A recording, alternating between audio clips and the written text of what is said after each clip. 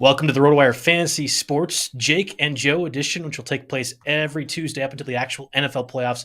Obviously, during the season, we'll break down the top waiver wire pickups each week. And while we wait the start of the season, we've been analyzing a lot of different things over the fantasy sports sphere. Today's topic will be a lot of the news and analysis that's occurred over the past couple of days from training camp, as well as a few different tips and tricks for your auction leagues out there. So stick around. Make sure you get to the end of the show. We'll also hear from the two-time Stake League winner and his tips and tricks, which we all know is the most important league at the RotoWire HQ. So yeah, looking forward to today's show and a lot.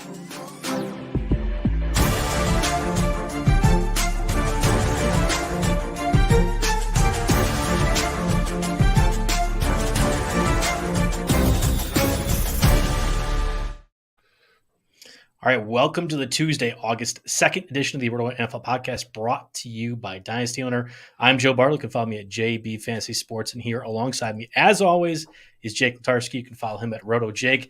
I'm getting used to this new setup, Jake. Obviously, we had a little bit of a snafu last week, so this is really our first rendezvous in this whole thing. This is great. I'm looking forward to it. I know you're joking around. You say alongside me is Jake Letarski, but we haven't been next to each other in the same room doing this for over a year. But hey, 30, 40, 50 grand later into our media room, and we're back, ladies and gentlemen. It's nice to see everybody, and hopefully, the chemistry can keep going here. I can only imagine it'll get better when we're actually here to talk some junk back and forth to each other in the same room.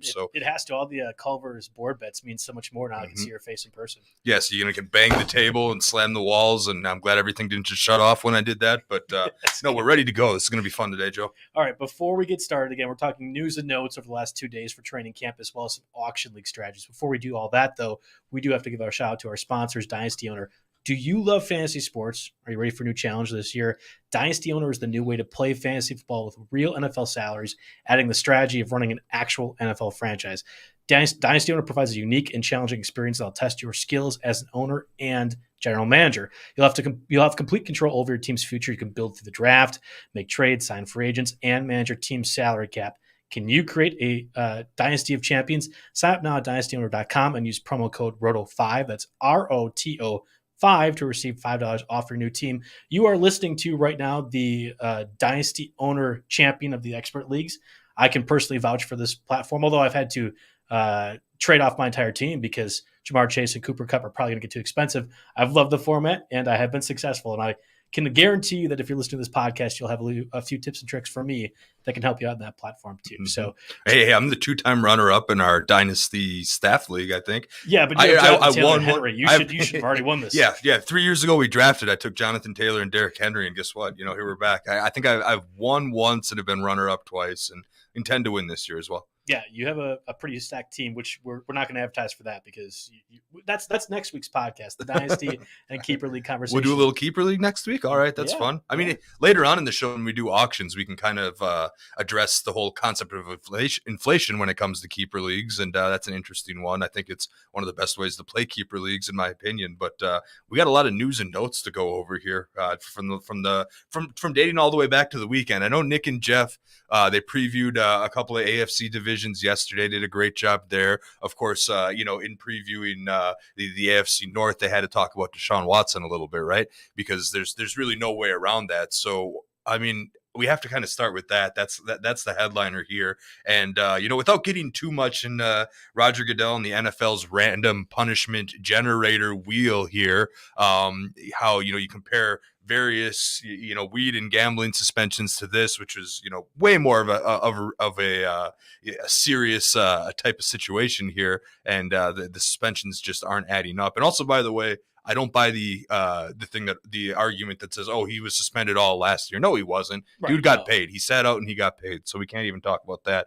But, from that standpoint, that's all I'll say on it. And we kind of have to think and shift to where do we rank Desean Watson in quarterbacks this year now. And it's funny, different people have their certain level of morality that they want with fantasy. We had a guy that worked for us a few years back that wouldn't touch Adrian Peterson after the switch incident, and there's stuff like that. And personally for me, I just want to win money, and I don't care that much. But that is something that a lot of fantasy managers will have to look at here. So we have to have the conversation about where the heck we rank a guy like Desean Watson. And that's very interesting because if you look at his NFFC ADP over the last 3 days here, because, you're taking that into account, he's at QB 19. And right now, RotoWire, if you take our projections and whatnot, we have him at QB 18. Again, based on 11 games he gets this season here. I don't think that I'm going to pay any type of price for Watson. What I'll do is I'll wait for the person who drafts him with one of their late picks to get stuck in a tough waiver wire week or an injury week early, drop him. And if I only have to waste a bench spot on him for a couple weeks instead of 6 weeks, that's when I'll think about it. Maybe. But we're going to have to see how that goes. I personally don't think there's a spot for him in the draft in a standard 12-team league. Yeah. In reality, this is a super flex conversation, right? A Desean Watson that's going to be available for 11 games is a guy that you're going to have to account for from a roster perspective, like you mentioned, and actually navigate. Like if you're taking Desean Watson in your redraft leagues and your snake leagues, something like that, you are accounting for a roster spot that, much like an Alexander Madison, or not necessarily Tony Pollard, but you get like those running backs that are only going to play if the starter gets hurt. It's kind of that scenario with the roster spot. I am frustrated by the NFL's decision. I have been on numerous different platforms discussing the morality aspect of it, like you mentioned, and Watson will be right up there for me, where a guy I'm just not going to have on my team. And I'm actually a little more agnostic. I think the NFL, maybe seeing all the backlash that occurred yesterday, could make the suspension longer, but this is absolutely the route that they wanted. They wanted somebody else to put the blame on for Watson and suspension, and I just don't see them. They have they have an out. They left the door open, right? They said they're reviewing the decision of the judge who made the thing. They left the door open if they want to, but I don't know. Realistically, I mean, who knows what could be happening as we're doing this live right now? But I do have Twitter pulled up just in case. You do it? Yeah, no, I've got TweetTech off to the side here as well. Still getting used to the new setup here and whatnot. So trying to look at the camera, but so that could always change here. But reality, like I kind of agree with you. The NFL wanted 6 games. They wanted someone else to blame it on, and they're just going to give it a week or two to blow over. I actually think the more important conversation is, what do you do with Amari Cooper? I have been on SiriusXM Friday talking with Mario. I have this whole theory that I want good wide receivers on bad teams. So DK Metcalf and Drake London are my 2 flagships for this case. I haven't been able to justify taking Amari Cooper at his current ADP. And that's one of those conversations where, now that we know for certain or thereabouts Watson is going to be able to play this season and play a majority of the games, does Amari Cooper become more valuable in your mind? And man, I still have reservations about him in the 5th or 6th round, but there is more of a confirmation that, hey, this is what the reality will be for Amari Cooper's situation, and that might make him more fantasy viable in my mind. I'm still not going there. There's the cold weather factor. There's still a run-oriented offense, even with the much improved quarterback play when Watson will be out there. I'm still not going with Amari Cooper in the 5th or 6th round. That's the more imperative question for me. Yeah, I mean, there's a price for me for everybody, and I think I'd take him, maybe at cost in the 6th round. I could live with that, depending on what the earlier structure of my wide receivers look like a little bit. People forget with Amari Cooper, he's been around the league, for a while, and but he's just 28 years old. He came in pretty young, so he's on the right side of 30, theoretically entering his athletic prime. Of course, has had his fair share of injury issues, and of course, we, in discussing the latest camp news today, we have to discuss that, he's got an ankle injury. He's not practicing today. You don't like to see that. Time, right? You don't like to see that in the very first week of training camp that's happening here. But that happens, and the whole team has had, from a wide receiver standpoint, some injury issues. But I agree with you in a sense that it's a run first team. There's a chance David Njoku could maybe finally reach some of that potential we've always been talking about and eat into the red zone targets. But you're looking at Amari Cooper and then Donovan Peoples-Jones, who I think he could have a good statistic year, but I always thought of him as more of a gadget guy, from back to his Michigan days, than a true wide receiver one. It's the David Bell question. I mean, or that's even kind of wide receiver two. As a wide receiver two. Yeah, what are we going to get out of David Bell? I guess we'll wait and see in his rookie season. Of course, he's on the PUP list already, dealing with a foot injury. So it's a banged up crew. And I think, if everyone's healthy, into week 7 when Watson is making his debut. I think that bodes pretty well for Amari Cooper, and I'll take what you can get with him out of Jacoby Brissett and hope things can improve in the back half of the season.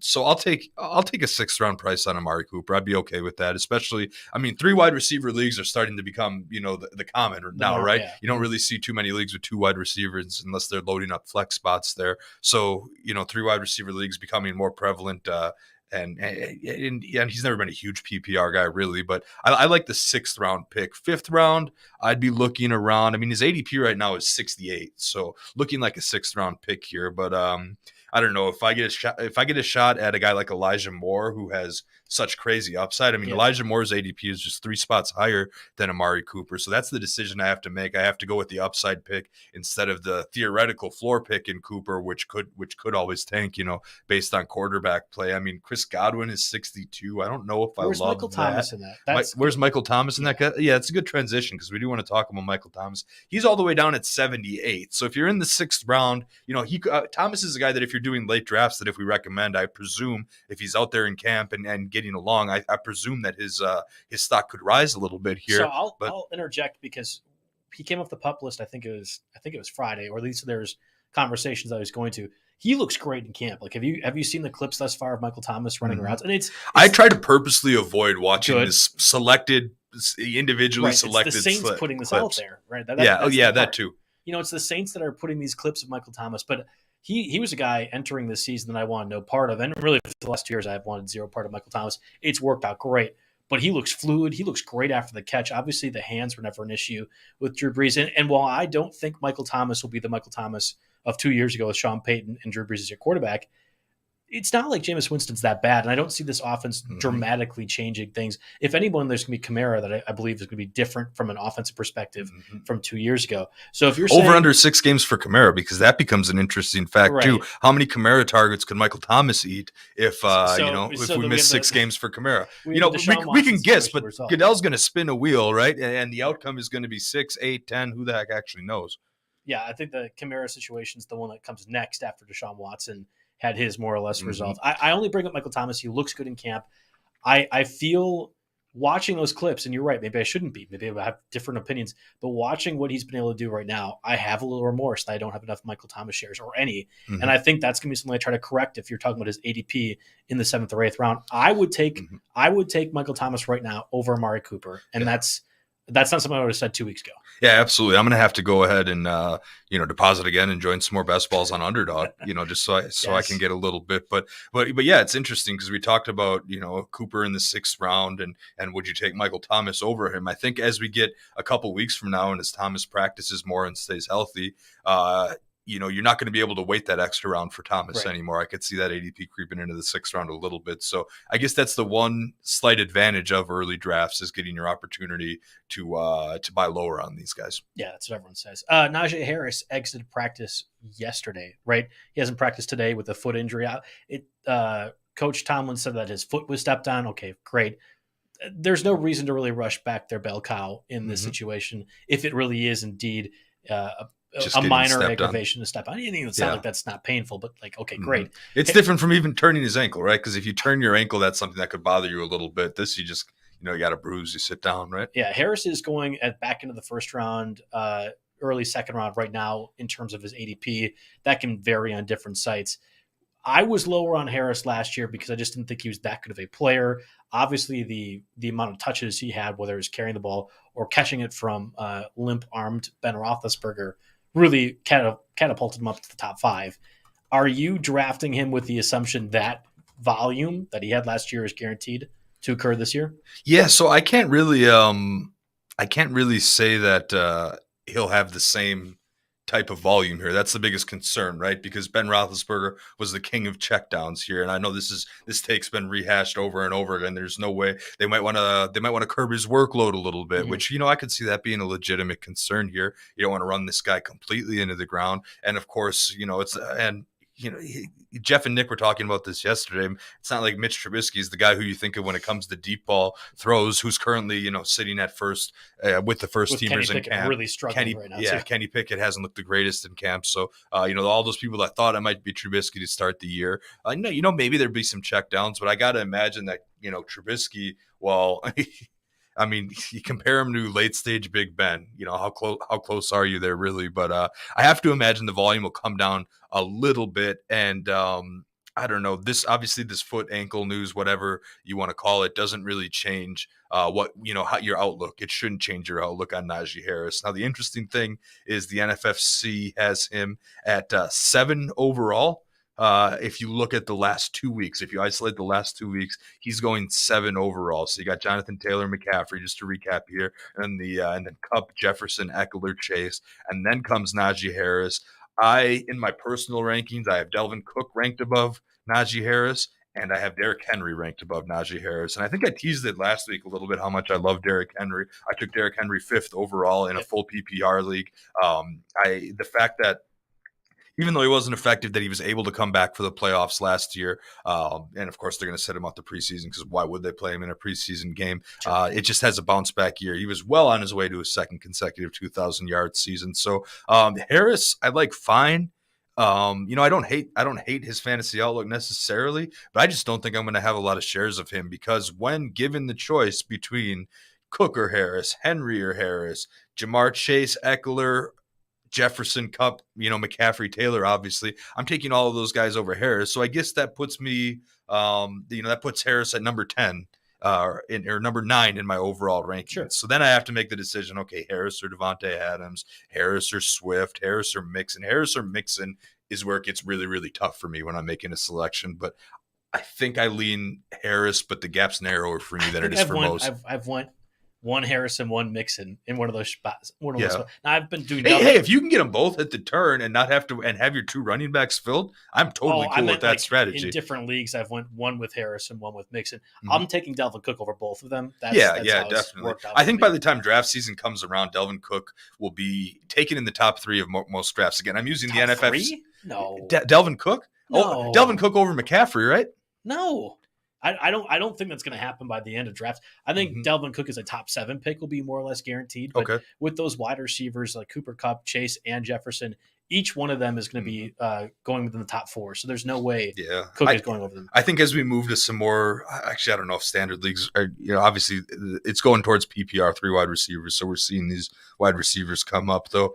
I don't know. I could see, depending on what my portfolio looks like at the end of the year here, I could see taking a little Cook if I don't have enough or early on, because wasn't it Pete just in Vegas a while preaching Jonathan Taylor, Dalvin Cook, and then no other backs? Yes. And so I guess that's the highest praise you're going to get from a Viking fan. Yeah, exactly. Right. From a Vikings fan, we have to qualify that. But I mean, I think Cook should be ahead of Harris, and I like Eckler more than Cook, I think, but I could change my mind on that 6 times here before draft season officially gets going. So.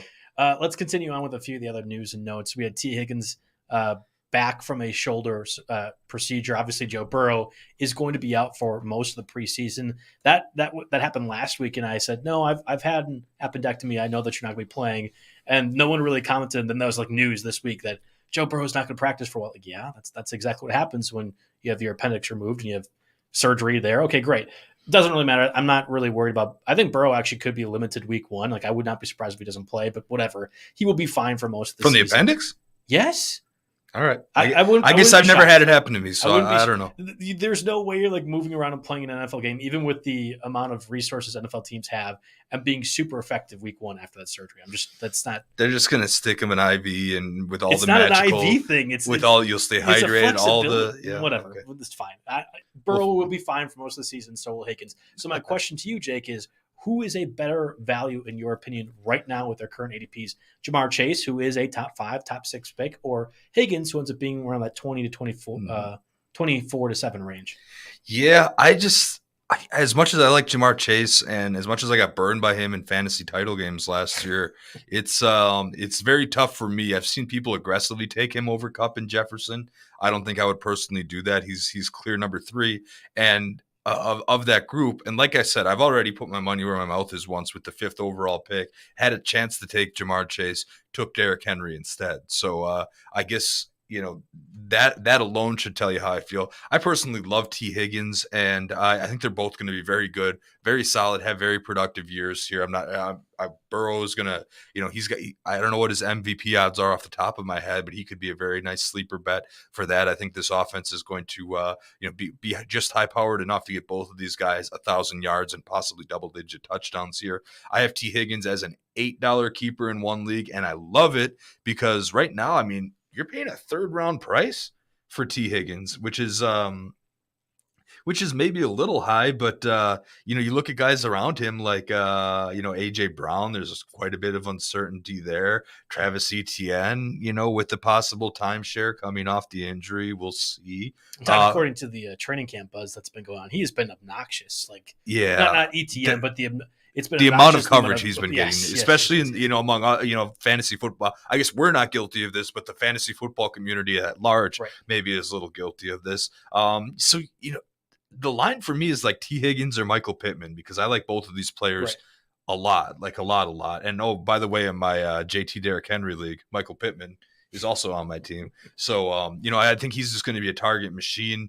Doesn't have nearly the competition that T. Higgins has. So that becomes an interesting decision for me. And that's one where in one league I might go one guy, and then in the next league I might go the other guy there. But I'm more excited about taking T. Higgins in the back end of the 3rd round than I am Jamar Chase with the 5th overall pick, if that makes sense. Right. You had mentioned Joe Burrow's MVP odds. He's at plus 1,200 right now. So okay. Yeah, good call. 6th among the QBs. We have that on the site. It's perfectly there to see all these sports betting tools, among other things. So I just thought I'd mention that. If the question is, which is a better value, Jamar Chase at number 5 or Higgins in the 3rd round, yes, by default, I think Higgins in the 3rd round makes sense. And you and I were both pretty early on in the Higgins hype train. We follow suit a lot with Mario and John, who do the Thursday show, and we're really pushing the Higgins stuff. And it was looking dicey last year, right? For the first 6 weeks of the season. His touchdown rate wasn't great, but he really picked things up great. It was consistent, right? Yeah, and was consistent towards the end. And as Chase started to take things to a new level, so did Higgins. I think just the offense as a whole, and Joe Burrow took everything to a new level, and that benefited everyone. Because even Joe Mixon, granted, this is the first time in a while he stayed healthy consistently for the entirety of the season, but pretty much any Bengals that you had were possibly league winners. Tyler Boyd didn't quite do what you want, but I guess I'd say the value is Higgins over Chase. I'm not drafting either of them right now. And I think Chase, you could, if he was like a mid-second round pick, I'm all for that. But you're passing up a lot of guys that I think have higher floors without the risk of the ceiling being that much different. So that's why I can go with Higgins for the value. Sure. I think we've kind of maxed out what T. Higgins can do. Even if Joe Burrow has an MVP caliber season, I don't see Higgins going much more than 1,200 yards and 8 to 10 touchdowns.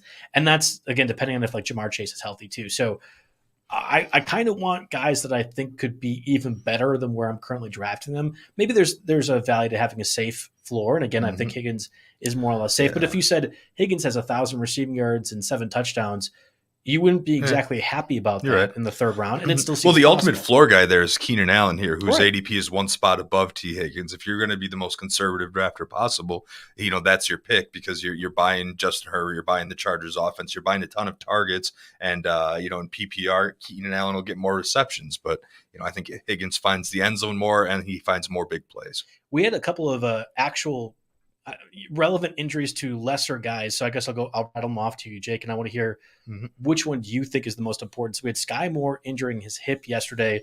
There was the clip out. It was a 1v1 route and kind of broke to the right and just fell down, collapsed after the play. There isn't a lot of information on that, but Skye Moore has been pretty good in the limited time that he's been available during OTAs and minicamp. He did have a separate hamstring injury with that too. Okay. Then there's Van Jefferson, who's going to be out for at least the entire preseason, had a knee procedure. There's possibility that he misses week 1 and longer for the Rams. That's important because Odell Beckham Jr. is not with the Rams right now. And also would be dealing with a knee injury problem too after tearing his ACL during the Super Bowl. And then you have Tim Patrick, who today was carted off in what appeared to be a serious injury. The whole team gathered around him after a catch. He was looking really well in terms of a deep threat for Russell Wilson. Now we have KJ Hamler as a guy that kind of fills in seamlessly in that spot. So of those 3 injuries, which one do you find most valuable, Jake, from a fantasy perspective? Yeah, the most impactful, I guess I would say, from a fantasy perspective is honestly Tim Patrick. Because here was a guy that I was looking at taking late, necessarily, because he's always been consistent. He's somebody that we mention somewhere between week 6 and 8 every year when one of the Broncos receivers has gotten hurt, as somebody who just manages to continue producing and give your lineup a certain floor every week. So, why not take a guy like that in one of the later rounds of your draft for essentially nothing? You're paying a waiver wire piece anyway here.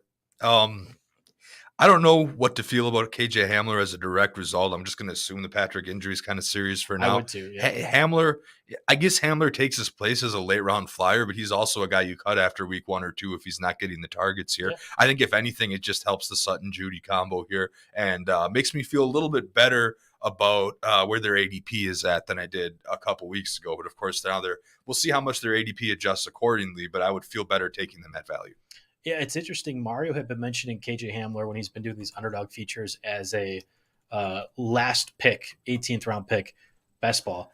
I think he will skyrocket if Tim Patrick is out in best ball formats. And there's so many. Well, best ball is perfect for him because he's a big play guy. Yeah, I was gonna say, this guy is great in best ball is such a cop-out answer. And, we are in the fantasy industry. I'm doing it right now, though. I think he is a perfect fit for a best ball situation because there are the upside games where if you have a 2-catch, 100-yard day, he is in your starting lineup. But you have to guess that correctly in redraft, and that's what makes it a little bit more difficult. So in redraft formats, I think KJ Hamler, provided Tim Patrick's out for an extended period of time, becomes a 13th, 14th, 15th round guy where you could cut him after 2 or 3 bad weeks.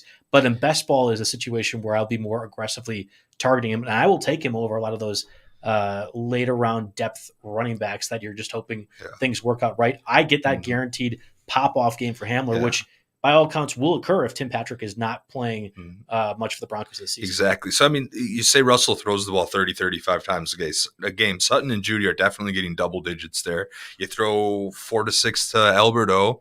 You throw a couple to the backs here, and then, you're only left with Tim Patrick even was in this similar situation where he was at a max 7 or 8 targets, but I look at Hamler, 4 or 5 targets, and those 4 or 5 targets could be 1 catch for 17 yards a lot of weeks, or they could be, 3 catches for 120 yards and a score. And you nailed it on the head with that analysis there. I would have been more. I'd have been more excited about Patrick's consistency than Hamler's, boom or bust there a little bit here. And just to touch on the other ones real quick, I wasn't a huge Skye Moore guy necessarily. I don't think there's quite enough. The rookie stuff. He reminds me a little bit of Mecole Hardman, who of course is still around here, who had a ton of hype his rookie year and then kind of totally busted. Skye Moore is a guy that I'll probably wait till next year or the year after to see how that roster shakes out and see, if he can be the deep guy. But I'm not discounting MVS, Marquez Valdez-Scantling. I think Rodgers gave him 40 deep ball targets over the last couple of years. He's going to eat a bunch of those from Mahomes. He's going to try to be the Tyreek Hill type of guy. And I think, Skye Moore sitting here at 5'10", 195.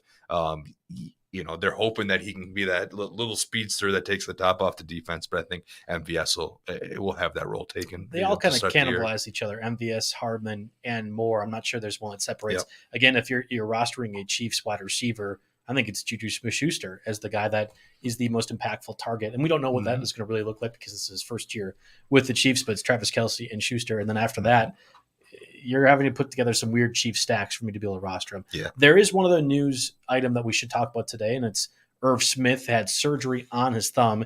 He's still expected to be ready for week 1 now. Irv Smith last year was a popular sleeper tight end candidate. Obviously, he had the knee injury. He was out for the entire season.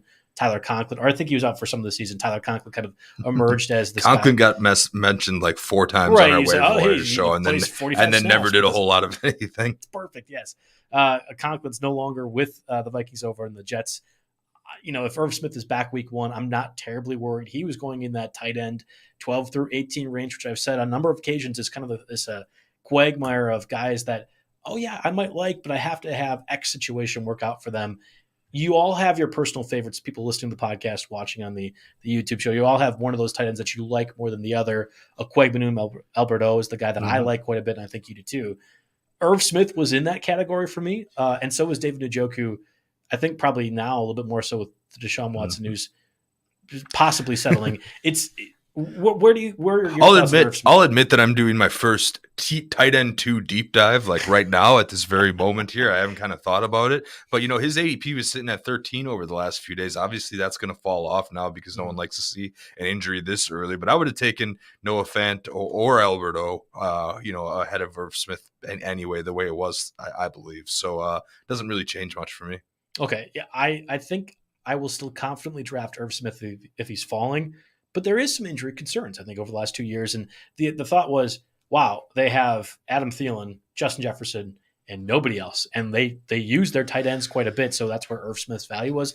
But I would rather take Cole Kmet, who I think is probably going a little bit later at this point, and does a similar thing in an offense that I think Kmet's number 11 in ADP. Now I'm looking at just the last 3 days here. So, but I don't know. In my opinion, if you get past Zach Ertz here, you're taking a crapshoot. Ertz is the last tight end on the board with some kind of semblance of a floor, and then after that, you're just hoping for the best. That's fair. All right, before we dive into a bit of our auction tips and tricks, let's get a word from our sponsors, Blue Wire.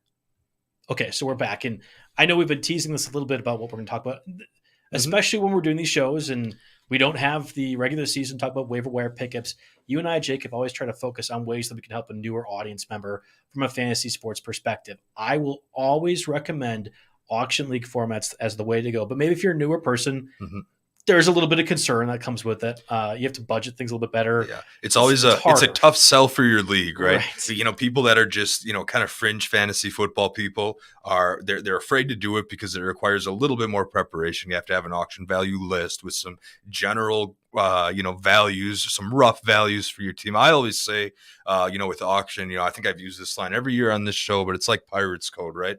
They're not rules; they're more like guidelines, right? Yes. And because you have to adjust every auction, and you have to, you have to be able to change things up on the fly here. So, that's a very important part of auctions. But what I will say is while people are afraid to do them because of the extra level of prep, and they're afraid that, they start to admit that, hey, I got lucky with my snake draft the last year or the year before. You can't really luck into an auction. If you do have a good auction, it's because, you planned, prepared, and executed well here. So while there's going to be apprehension from your league mates, every league I've been in that has switched over to it absolutely loves it, is never going back to a snake, and is convincing all of their other leagues that they're in and participating in that, hey guys, we really got to get on this auction train. This is the way to go here. So I've got one last hometown league to try to convince, and outside of some of the fun snakes that we do, the best balls and the snakes that we do in like July, auction has been the way to go. It's the veganism of fantasy sports. If you're a vegan, you tell everyone you are a vegan. Much or like the CrossFit, right? Yeah, that's. They're all the same. Do you do CrossFit, genre, bro? Do you do auctions, bro? Like it's the same deal. That's a good point. All right, so auction formats, obviously, the way that both you and I would recommend. There is more strategy involved and more preparation. I'm sorry, everyone. That's the truth. And I think to be successful in this type of format, you have to go the extra mile. Now, people playing it generally are excited to do that. So it's not that much of a stretch, but what we are outlining right now, I understand for a newer person might seem like a lot of work. It is. That's the point of the auction leagues. And at least if you want to be successful, that's the point. Now, there is a lot of general tips and tricks that you can be successful with. I think many broadcasts have mentioned this before along the same lines. I don't feel like the strategy is significantly different. There are different points of emphasis that I want to have off of those. And I think that's where the key differences for us will lie compared to other people. Yeah, absolutely. I do want to start by saying, okay, you need some kind of list, some kind of guideline to start with, and the best, if you're in a basic standard league, you can probably Google and find a list just about anywhere. If you're in a league that's a little bit more complex, you might want to consider about, paying up for a subscription service like, hey, maybe RotoWire or something along those lines to take your custom leagues into account. And, this will be my one plug for the RotoWire tools because it's really helpful for auctions, especially the draft software. What we allow you to do is to change player projections to your liking. If you think one guy's going to get 12 touchdowns instead of 8, if you think they're going to get 300 more yards than we have them projected to, it will change that projection. It will take your change into account, and then it will spit out the adjusted auction value here based on what you're changing in projection is. So if you're really the biggest thing, like for our stake league baseball, for example, I'm always, looking for maybe some outliers in the RotoWire projections and editing my own projections and all kinds of things. But, and again, by doing projections like that, it's making you think about these players a little bit more. But in any case, way, shape, or form, you definitely need to go into the auction with some kind of a draft list, some kind of general thing. Again, I mentioned it's only guidelines. You're going to have to be ready on the fly, and we'll help you adjust, and we'll help you talk you through that, at least hopefully with some few points in this episode. But you have to have a starting point. Yeah, I think that's a huge key. And again, whether it's our software or others, it's RotoWire podcast, we love for you to be able to use that. I think the biggest like first initial thing that you need to have when looking at an auction league is understanding what that platform's money situation is going to look like. So whether it's ESPN, Yahoo, whoever else, whatever you're looking at, that's more than likely what your other league mates are also going to be going off of too. Now, they probably won't be operating off those exact values, but the order list, it's same like redraft. Will always tell you if you're doing a redraft league, be aware of what the ADP is because people will be drafting off of that. The auction value is pretty similar too. So if you have an idea of what price you want to pay based off our software, other softwares, that's great. So long as you're aware of what other people might be doing, which could be the software that you're using. So again, ESPN, Yahoo, whatever else, whatever your auction draft platform of choice is, be aware of that extra stuff, right? That's fair? Yeah, absolutely. It's just like, anything else that we're doing, and especially be aware of, if you expect other people in your league to be using those draft room standard values, that's where the biggest edge of, buying a custom dollar generator for a different format comes, and you can start to find guys that, are going to be different, even just PPR versus non-PPR, depending on what that standard list is. That can make a huge amount of difference in someone, when I talk about Keenan Allen's 27 ADP, his auction value could be a legitimate $8 difference, in between standard and PPR or something like that. So, and there are some running backs that as you get down the list, James White was always the classic example that was like $1 or $2 in standard, but, up to double digits some years in PPR, probably not this year, but, we always say to people doing fantasy football in general, knowing your scoring system is the most important rules. Yeah. And that definitely plays into account with the auction values. If everyone else, there's so much information out there that this isn't likely to be the case, but if everyone else is using the draft room and you're using a custom set, you automatically come in with that much of an edge. That being said, you have to be ready to adapt to that custom set here, because the flow of an auction room is something that you need to read. You need to quite literally read the room and see what's going on here, because there'll be a lot of times in a lot of leagues. I think the biggest example that I come up with here is, guys like at the very top of the list, Jonathan Taylor, McCaffrey, Eckler, Kupp, Jefferson. That's the case this year. You're going to see, usually you see a guy like Jonathan Taylor nominated first, right? And everyone bids on him. And you might have, your whole top list could very well end up being something like, I don't know, let's just say 45, 44, 42 here. Actually, let's call it up and use some rough RotoWire auction values. 61 for Taylor. We got 52 for McCaffrey, 52 for, I think I must have just called up a non-PPR, 52 for Henry. So we're looking at these guys. But what will happen in some leagues, in some situations, depending on, what information these guys are using, suddenly Jonathan Taylor might go off the board at $75, and then Christian McCaffrey might go off the board at $65. And you're thinking to yourself, whoa, all these guys are overpaying. But what you don't want to happen to you is to have all the money left over for a bunch of mediocre players. So you want to make sure you get in on that action and be willing to adjust your strategy. You can't say, because I have this guy, because I have Austin Eckler projected for $48.19, once it hits 49, I'm out on the bidding. Because if you see a bunch of other guys go $15 over and you only have to go $4 or $5 over, chances are that's going to be a good buy, because everybody else is going to be hurt in a similar sense as they get towards the end of the auction. Okay, and you bring up two key points that I think are worth addressing right now. So one is when you are doing an auction draft, and again, you've looked over the draft software beforehand, you have your rankings and your projections aside. The other part of this component is having a budget set for what position you want. So let's just say it's a $200 budget and you have to fill out your league, 1 quarterback, 2 running backs, 3 wide receivers, tight end, flex, right? A basic league off a $200 budget. You will want to assign how much you want to pay for this spot. And I will never, ever recommend being rigid in your fantasy draft, whether it's redraft or auction. But I think in an auction format, if you really want to avoid putting yourself at a bad spot, sticking to that as best you can is important. Now, there are going to be times and values that you're going to adjust. We'll get to that as we're discussing this. But having a budget is really important. So if you've decided, hey, I'm going to spend $60 on my running back one, that means I'm going to get Jonathan Taylor or CMC or something like that. Great. But then where is that deficit coming out of? Is it tight end? Are you going to be cheaper with the Albert O's of the world, or are you going to go cheaper at quarterback? Do you only have a wide receiver 2 and 3? They're going to be like $10. This is something that you have to have answered beforehand. Well, the great thing about an auction is, that's one of the big advantages here in a snake draft. Guess what? If you don't draw the number 1 pick, you're not getting Jonathan Taylor. But in an auction draft, hey, guess what? You could buy Jonathan Taylor for $65. Then you could go ahead, and I should say in general, when I throw out these numbers, I'm using a $200 budget, which I think is the most common here. But anyway, back to my thing. You could grab Jonathan Taylor for $65, then go ahead and grab Cooper Kupp for $55, and then guess what? You have 2 players using a large portion of your budget, so you need to realize that the next receiver that comes up, I probably shouldn't spend another $40 on. Or when quarterbacks come up, maybe I shouldn't spend more than $5 combined on my 2 quarterbacks or my 2 tight ends, because eventually you'll run out of money, and you don't want to be that guy who's drafted 3 players and you're down to dollar days, right, where you only have $1 a player left to fill out the roster here. Now, there are certain situations where a stars and scrubs strategy like that is advantageous. You could be like, hey, I came away with this auction with 3 first-round picks. I'll figure the rest of my roster out as the season goes along. That's a strategy that I definitely probably wouldn't recommend for beginners, but that's definitely a valid strategy here, especially in my opinion, if you end up, it's not about keeper leagues this week, but if you end up with a keeper league where you get a couple values, then I'm fine, blowing the rest of your budget on 4 picks, because then before you know it, you've got 5-6 picks in the top 2 rounds on your roster.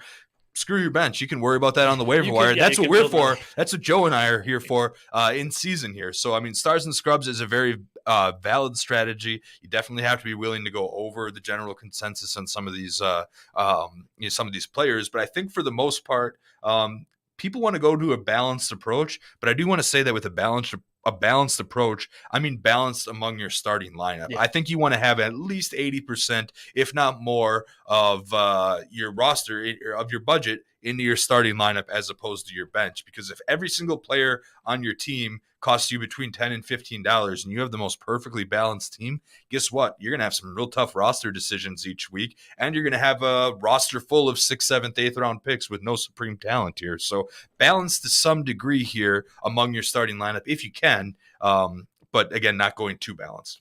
I'm glad you mentioned that. We actually I talked to the 2-time Stake League winner. And for people familiar with the podcast at RotoWire, we're all familiar with the Stake League. But for those of you who are just jumping in for the first time, the Stake League competition, which is 28 people across 2 different leagues, so 14-team leagues, is the premier RotoWire HQ league that we all care about the most. There is some financial incentive, whether you win or lose the league, great. But the most important part is the winner, or I guess the top half, the top 14, get an entire Stake League meal paid for by the bottom half of the league. So this ends up being a $200, $300 investment on top of the additional prizes being paid out. That's why this is important. That draft will take place August 23rd for both of those leagues. And I'm sure there will be a podcast or 2, possibly ours, that outlines the results. But I bring this up because that's the premier auction format. I took some hints and tips and tricks from the 2-time RotoWire Stake League winner. Jake, I'm sure you want to hear them, but before we do that, I want to get a word from our sponsors, Fantasy Football for Dummies. So do you love fantasy football and struggle to get your friends or loved ones interested? Well, you're in luck. Just don't have them do auction leagues yet. Fantasy Football for Dummies is the book for you. It takes anyone by the hand and walks them through everything you need to know about playing fantasy football, from the basics of drafting to more advanced concepts and strategies for weekly play and the playoffs. There's even a new section devoted to daily fantasy sports and how to win real cash prizes. With this book, your friends and loved ones will get up to speed on your favorite game and be able to hold their own in any fantasy football league. They'll have all the information at their fingertips to make informed decisions on how to have a successful draft, who to start, and who to bench each week. And finally, they can experience the thrill of victory and hopefully avoid the agony of defeat against their competition. Who knows? They might even get good enough to beat you as well. Share the love and purchase your copy of Fantasy Football for Dummies today. Okay, so I had mentioned a few of the tips and tricks from our two-time stake league winner, Harry Thompson, one of the smartest guys that I know. I'm going to say that here because I know he won't listen to this or hear it. If he was, we should have just brought him in here. He's right across the wall. Yeah, he can't hear. He can probably hear us talking about it. I'll never compliment him again, so it's fine. But yeah, one of the smarter guys I know. That's like The Office, Pam. I know. I never say it to her face, but she's a wonderful person and amazing artist. Why wouldn't you say that? Yes, it's one of my favorite quotes. Yeah, I mean, he knows a lot about fantasy sports and has been very successful in the stake league format. So a few of the things that he was saying, in particular when it comes to the budget, I had been asking, well, okay, if you have a budget and you're setting it, that means you can't like certain guys, right? Like you have to be more flexible to budget. Mm-hmm. He was saying, no, that's not the case. There are probably one or two guys each draft he goes to saying, I will get that person. There has to be a price point, of course, that he's going to go get that person and be flexible, but he will adjust everything afterwards off that. So I thought that was interesting that you have to have a budget going in, which I agree with, but you can still like guys coming out of it. And I think the other part, which you can probably talk to more, Jake, is being reactive to how the bids are going. Don't get caught up in bidding wars too often, and you don't have to be the person that price enforces. I love doing that. That's like one of my favorite parts of the auction drafts. But Harry, that's a whole nother thing about price enforcing. Harry was recommending you don't always have to do that. Somebody else can have the value of Travis Kelce at $28, where you can avoid having messed up your entire budget by taking him for $32. So yeah, see, that's an area where I'm willing to be flexible here because I do like price enforcing, and you have to have a certain degree of guts. Let's just say a word that rhymes with guts to be able to price enforce. I don't know what the YouTube rules are, what I can say. Anyway, I should probably figure that out. Anyway, price enforcing, interesting concept, right? Somebody that maybe wasn't on your draft radar, or somebody is about to go for a lot cheaper than what you had projected here. Maybe you didn't necessarily like him. Maybe I think a good example this year is Juju Smith-Schuster because he's pretty polarizing here. So let's just take a look at what the RotoWire value had for Smith-Schuster. We've got him around $20. Okay, $18 to $20 here, depending on what you're looking at here. And let's say you don't love Juju Smith-Schuster, but the clock's ticking and he's about to go off for $12. Do you hit that bid button and price enforce to make sure that someone's not getting that much of a steal? And it's tricky. You have to be willing. You have to be willing to eat that bid if it ends up on you. But usually I'll price enforce a little bit, if possible. So I had been asking that same question because this is the strategy element that makes auction leagues so fun. When you are doing your budget, you should also be having tiers in which you do this. And this is similar to redraft. Like we do tiers all the time. We talked about that last week as well too. Before you do your redraft, make sure you have tiers set. Well, you can have tiers set for these different price ranges as well. So if Juju Smith-Schuster falls into your $10 to $15 range, well, great, that value is perfect. But if he's not, don't price enforce. That's what Harry was saying. Now, I'm not positive I'm going that direction all the time because, again, price enforcing is fun. I like to hear the grumblings of my other colleagues and employees out there. But that is something that you have to keep in mind. And I'm going to price enforce the crap out of Harry this year. It's Cole Kmet. This guy is Cole Kmet. I'm going to release it out to everyone right now. Okay. But the other part of this too was the nomination strategy. And I think that's what makes auction leagues fun for me is I have a certain way that I was going to go ahead and nominate people. And I asked Harry, again, two-time winner of the stake leagues, how are you doing? He's like, I'm just throwing out the most expensive players. And I was like, oh no, this is not as fun. What are you talking about? I wanted something. I want to throw out the Cole Kmets, or like if I'm playing with lists, I'm going to throw out Daniel Johnson and Daniel Jones or Saquon Barkley because his Giants bias rules over everything else. No, that's not actually the play they should make. And there is reason for that. The idea is to get as much money out from everyone else as possible. Yeah, no duh, Joe. But the reason for it is because you are now operating off your budget. You can then see the money that's off the table and be accordingly priced for things. So sure, it would be great to have the Jonathan Taylor CMC for maybe $5 or $10 less. That never seems to happen, right? Yeah.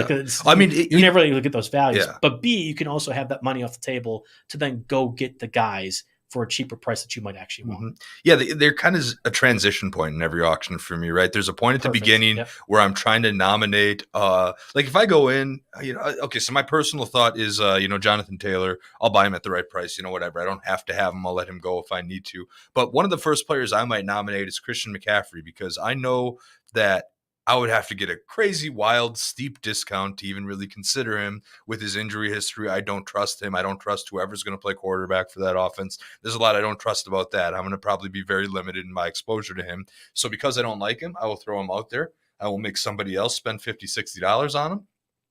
And that is one less person in my eyes that's competing for a running back in that top tier. That's one less person I have to compete against for Eckler or Henry or Cook or Mixon, guys that I really, really want. So that makes things interesting. And that comes the overall strategy here.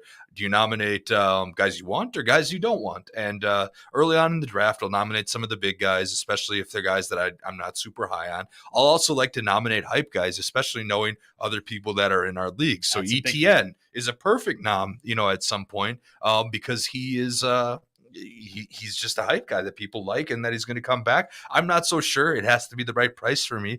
So, I still might bid, but more than likely I'm going to leave it to somebody else who's going to make a whole lot more here. And I don't know, just being in Wisconsin, for example, AJ Dillon. Oh, that's the Aaron Jones. Aaron Jones. See, AJ Dillon is a big hype guy. Aaron Jones is different because he's actually produced and been an absolute fantasy stud. AJ Dillon has, had some very great games towards the end of last year, but people are expecting a big, big, big leap from him. So I'm going to have people dump out a bunch of money on that leap, especially in a Wisconsin league. And you can kind of play that along. But, you get all these people's money out. You nominate the big guys, you nominate the hype guys you're not interested in. But there comes a point towards the end of the draft, especially when you get to dollar days when people only have $1 left, then of course you have to start nominating the sleepers that you like the best, because you want to be able to you want to get them and hope no one else snipes them from you. Yeah, I think that would be the one bit of advice that I would just add. Doing these auction leagues is great, but doing them with your friends and family and people makes it better, because you can go ahead and target Harry's Cole Kmet, or again, we are drafting here in Madison, Wisconsin. There's going to be a lot more Packers fans.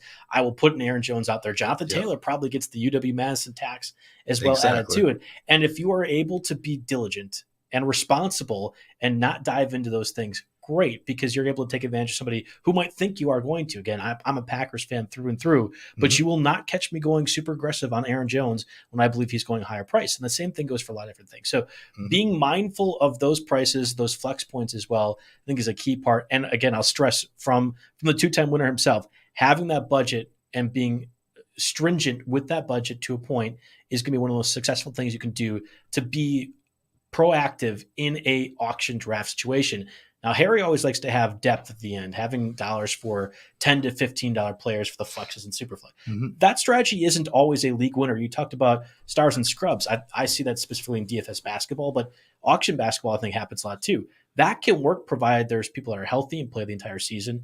You have to guess that correctly. But it works in both ways too. For me, the split comes between a 12 and a 14 team league. In a 12 team league, I don't mind having $5 or $6 days, guys. Having my bench mostly filled up with $1 players. The waiver wire's a little bit shallower. If you're on top of that, you can get some guys that'll fill it up. Because remember, a lot of leagues you have your waiver system or $100 fab budget that you can use entirely separate from your auction. Those two terms not related at all. But once we get into our stake league, where it's a 14 team league, I like to have some $3 to $5 bench guys that are maybe a little bit more stable, because the dollar days guys get a lot uglier and the waiver wire is a lot shallower once you get to 14 teams or deeper than that. In a 10 team league, I would spend almost I would try to get studs for my starting lineup and then go with $1 guys off the bench, because you can easily rotate through productive guys in a shallow 10 team league. So it depends a little bit on where you're going here. And the one thing before we get to inflation, the one other thing I wanted to touch on is being the last of a tier. And that's where you mentioned avoiding bidding wars, but where bidding wars happen the most in auctions is when the last player in a tier is about to go off the board. So let's give an example here. Let's say we're talking about running backs here in 2022. Jonathan Taylor goes, McCaffrey, Henry, Eckler, Cook, Mixon, and let's say Eckler, Cook, and Mixon go.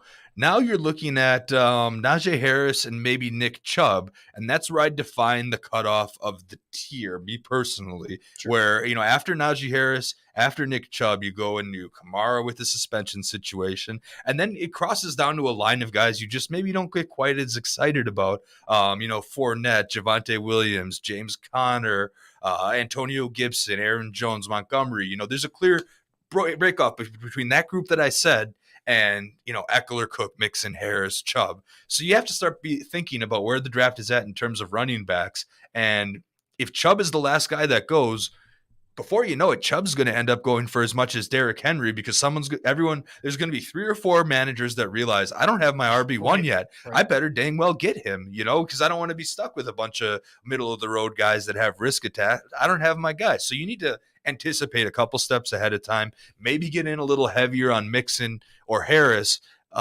instead of, again, ending up overpaying for Chubb because everyone has realized that they're the last of a tier here. So, and I guess related to that a little bit, I don't think it'll happen this year with Jonathan Taylor, but if someone throws out maybe Eckler or Cook first, in a lot of different auction formats, I really like going after the very first player nominated, because there's no price enforcement or set pricing that has necessarily happened yet in that type of format. And a lot of times what I notice is you get a value on the very, very first pick as you start to realize what this top tier is going to cost, because it simply hasn't been established yet. So it's a very, very interesting thing, because I find a lot of times, and again, you use this year's example, say Jonathan Taylor does go for $58, and then a couple picks later, we hit some of the receivers off the board. I wouldn't be shocked if someone like McCaffrey went for 55 or 56.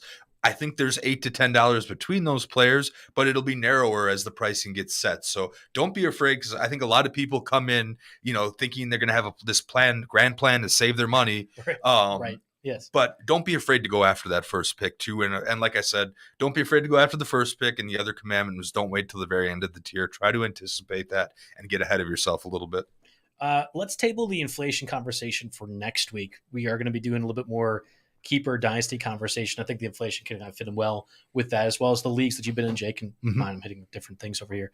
Because I think this is a good overall start for the auction strategy. Now, again, we'll be doing the RotoWire Stake League August 23rd. That is a Tuesday. I'm not positive if our schedules will work out, Jake, enough to do that podcast before or after. But we'll have those results and go over the thoughts and ideas that we've had as you're gearing up for that. If you are interested in auction leagues, certainly feel free to reach out to myself at JB Fantasy Sports on Twitter, or Jake at RotoJake.